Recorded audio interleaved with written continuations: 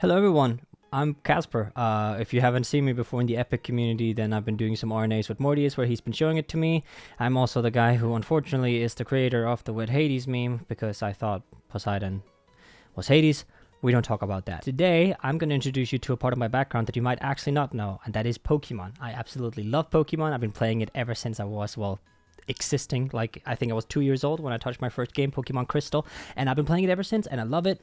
I have tattoos of a Pokeball. I have a giant Hawlucha on my wall right here, which you can see here. The reason why I'm introducing you to this is because on stream yesterday for Patreon, I was actually made aware of the fact that there are actual, details in the Mircsy saga that kinda is relevant to Pokemon, or Yu-Gi-Oh, but mostly Pokemon. And that is actually Jorge saying that he took inspiration for this Chimera versus Cyclops battle in Done For, and he took inspiration from Pokemon. So as you can see, that actually makes it pretty interesting because there are a lot of aspects to Pokemon that you guys probably don't know about. But what I'm going to do today is I'm going to break down this Pokemon battle and take a look at it from a Pokemon expert's POV, where we go into both stats, Pokemon typing, type advantages, and the general rules of Pokemon. It's going to be really, really sick. I think there's nothing else to do that. Let's break it down. So in a announcement that one of my patrons, Dragon Tamer, was so nice to censor for me to avoid Act 2 spoilers, we actually have Jorge who put out a little riddle thing, a little Discord mini event announcement thing where he was actually showcasing this battle, but more descriptive, right? So what I'm going to do first is that I am going to show you the animatic that Mircsy and that Jorge collaborated on, and then we're going to break it down after that.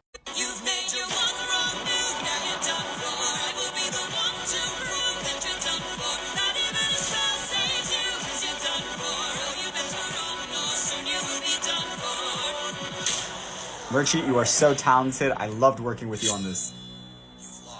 Alright, so let's get to the first message. I'm going to show it on screen. Hello my friends, so I may have gotten myself into a situation. I was trying to unlock a cinematic snippet of Puppeteer to release on Friday, and I may or may not have been captured by a certain witch, and I may or may not be in a cage and about to get transformed into a pig. Lol. What can you do? Am I right? Anyways, here's a message from Queen Mircsy. If you could help me out here, that'd be great. So here we actually have Queen Mircsy coming in. So this, I guess, is what we would be the initiation of a Pokemon battle. When you meet the eyes of a trainer, you battle. That's usually how it happens in Pokemon. In the games, you kind of just have to walk in front of them. If they see you, you have to accept the battle. That's number one. Mircsy then says, hello again, loves. I don't like losing. Last time you all came together and won my challenge, putting quite the dent in my plans. So let's raise the stakes, shall we? I summon my Chimera. So here we actually get the first look at what could a potential stat be here. So this Chimera has 500 health. Now in Pokemon, there are base stats, which means that each Pokemon has different strengths and weaknesses, obviously both typing, but also in the stats. Some Pokemon are just stronger or weaker than other Pokemon. And if we take a look at 500 health, right, we can calculate what the Chimera's HP stat is via this formula right here. So I am gonna assume, because we don't really have much, that the IVs here are 31. There's a lot of technical mumbo jumbo Pokemon here, which I'm not gonna get into with IVs, EVs, and whatnot. We're also going to assume that the base stat here, the base HP, is actually accurate, which means that this formula turns into this. Now, as you can see on the individual value, or IV, we've put 31, which is the maximum possible value. Again, just assuming because we weren't giving any other information. And then the effort value, which is 252, also the maximum, because I'm going to assume that Mircsy, this is her ace Pokemon, that she's probably put everything she has into it. We're also going to assume, obviously, that these Pokemon or creatures are level 100 because they are as strong as possible. So now that it looks like this, we can come to the conclusions that the Chimera's base stat in HP is 148. Very interesting. So far, not unrealistic. Right. Then another joke, I wonder if my Chimera likes bacon. I suppose I'll find out with Jorge very soon. So that's Mircsy, right? Now we have Jorge actually responding. Let's do this. Hey Mircsy. Ha, the bacon speaks. I summon a Cyclops. Cyclops, 500 HP. Pretty much the same, so we can actually put in the missing valuables again and find out that the base stat is again 148.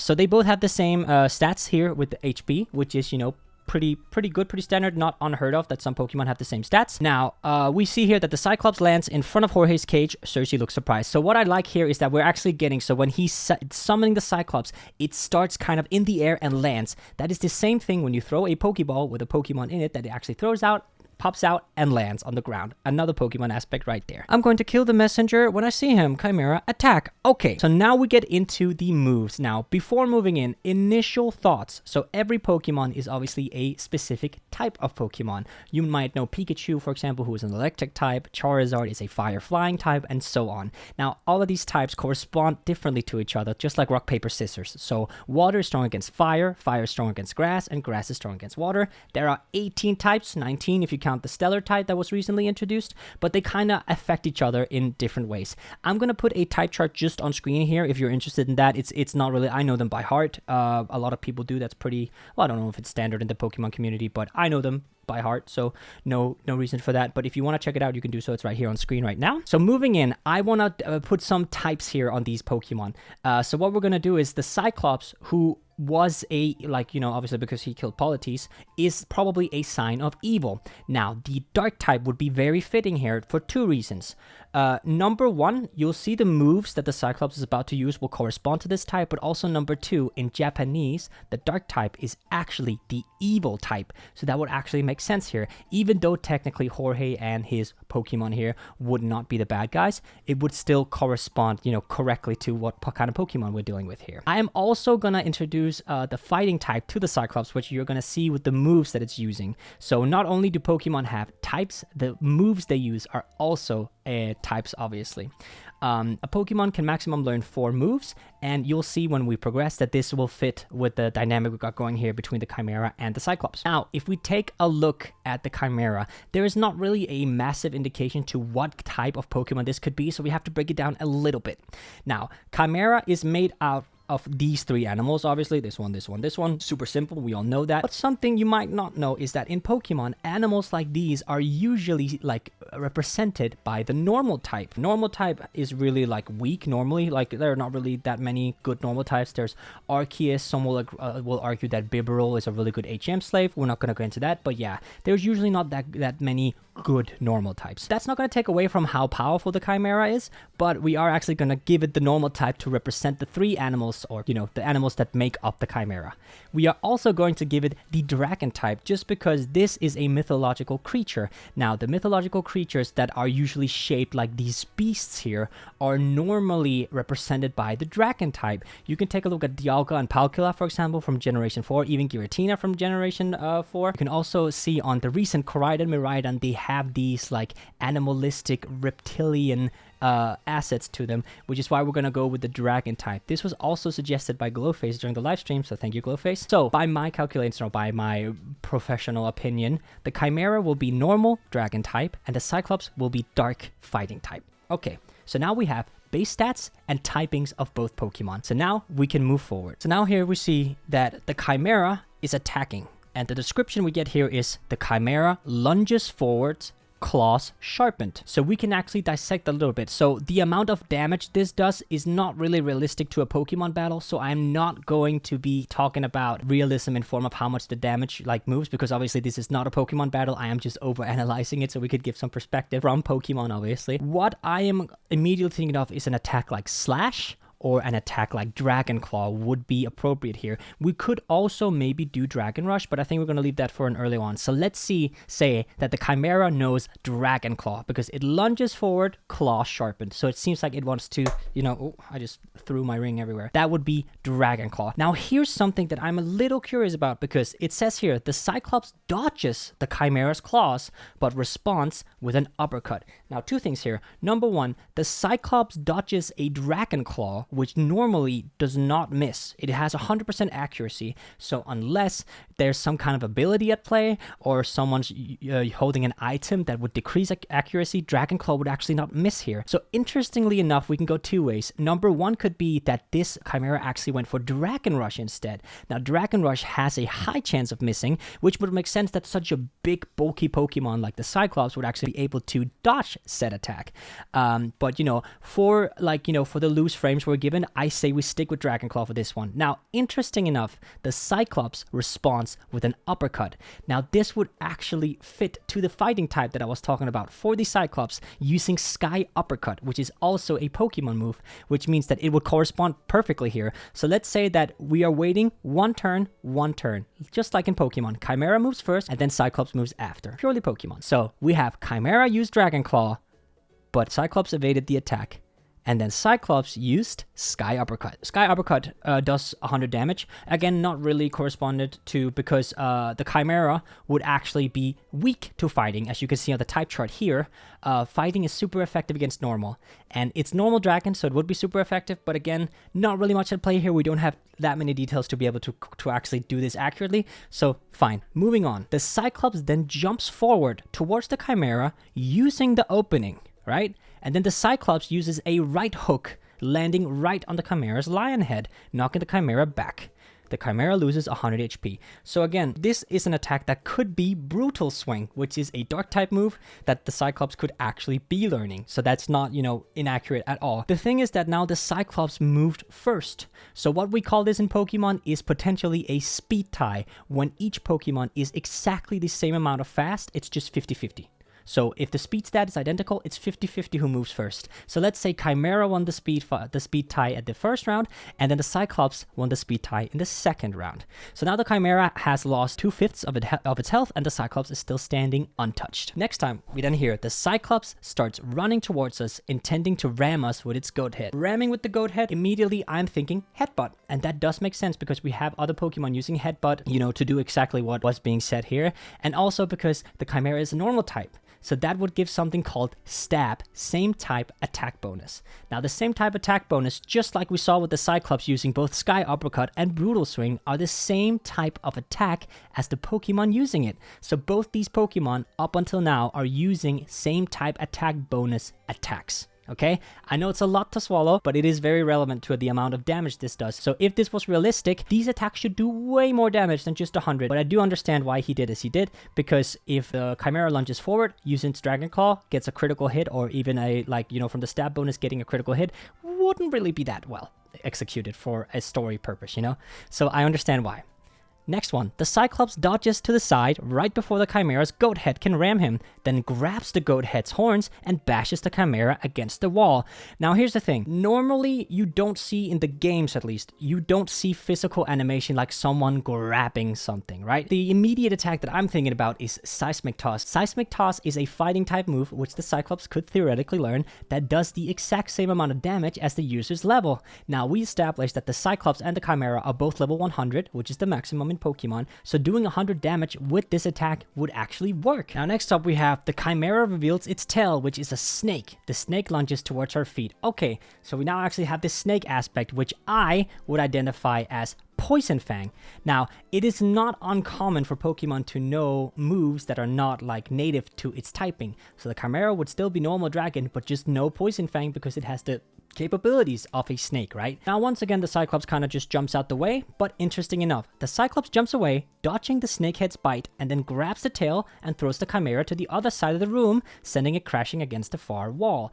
Now, this is very interesting because here he's actually using something that could potentially be Circle Throw, another fighting type move from the Cyclops. So here again would fit with both typings and would also give the Chimera an extra move. Now the final attack from the Chimera comes up. It says the Chimera leaps up into the air for its final attack, and he calls it Predator's Dive. Now Predator's Dive sounds like what could be a signature attack from the Chimera. Are we sticking to this whole legendary mythical theme that we've got going, that both these Pokemon / creatures are? That could definitely work. I am gonna say that he is using either Bounce or Dragon Rush. Now the reason why I want to say Bounce is because Bounce is a 2-turn move. So the bounce attack, you jump up the first turn, and then the other guy or the other Pokemon moves, usually missing because you're up in the air, and then second time you jump down and hit them. So he says here, out of thin air, a club forms in the hands of the Cyclops. Right before the moment of impact, Predator's Dive, the Cyclops swings his club, knocking the Chimera back in the air and sending it crashing onto the ground. Now, a couple things wrong, but we're going to start with that bounce is a 2-turn attack, so it would theoretically be possible for the Cyclops to move while he's in the air, and then maybe just timing the speed tie. Like in Pokemon, it would be either. Like, you can't just, swing while the opponent's attacking. So if it was real Pokemon, Chimera would bounce up, Cyclops would use a move that would probably miss, and then the Chimera would come down. Even if the Chimera loses the speed tie in the second round, that means the Cyclops still has to attack nothing. So the Chimera would actually still get the hit in. But now here, again, loose frames, so can't be 100% accurate with the Pokemon philosophy, obviously. Now, what's interesting here is that the Cyclops summons a club, right? Now, that is actually not that unrealistic because many Pokemon have been known to use tools. You have Meowscarada, who has his floating little flower thingy, and you have Farfetch'd and Surfetch'd, who both uses swords and shields, right? So it's not uncommon for Pokemon to use items. Therefore, this is not, unrealistic for the Cyclops to have a club. The only thing is that we need to find a way for this Cyclops to actually be able to summon the club.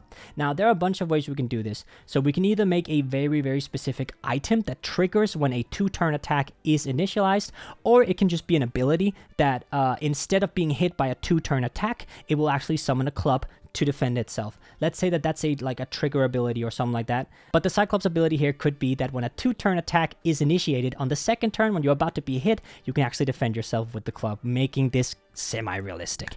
Now, Chimera is defeated. It was hit by 5 moves, all for 100 HP, and the battle was won by Jorge. Now, here's a little interesting fact as well. Before disappearing, the Cyclops breaks the entrance to Jorge's cage, releasing him. Jorge makes a break for it, escaping Cersei's palace with the puppeteer snippet in hand.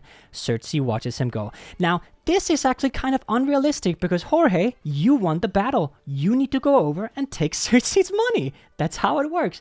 You're a Pokemon trainer, you won the battle, you get some money. If you lost, you would also have to give away money. That's how Pokemon trainers make a living, obviously. Now that we've talked about the Discord messages, let's go into the animatic as well, and then see kind of what we can see visually, and then probably make like a full chart for both the Cyclops and the Chimera. I'm going to show the clip of the full animation on screen right now. You've made your one wrong move, now you're done for. I will be the one to prove that you're done for. Not even a spell saves you, 'cause you're done for. Oh, you've been too wrong, no, soon you will be done for. Mircsy, you are so talented. I loved working with you on this. You've lost. So yes, Mircsy, you are insanely talented. And Hungarian, I found out. Pretty cool. I actually want to get into here because not much changed other than the specific moves they had, but I think I mentioned pretty much every single move that I wanted to mention along with typings. So let's start with just a little final thing is that Odysseus pulls the sword on Cersei after beating her in a battle. You cannot do that. You have to, use your Pokemon to settle your differences. You cannot attack a human being. That is illegal. So what he's doing there, Odysseus is on the wrong side, Pokemon philosophy-wise. You cannot fight each other. Only with Pokemon. Okay, so just get that out of the way. Here's how I would put them into typing and with moves, obviously, right? So we start with the Cyclops, right? Cyclops here has a base stat health of 148. We know this for a fact because it has 500 health according to the Discord messages.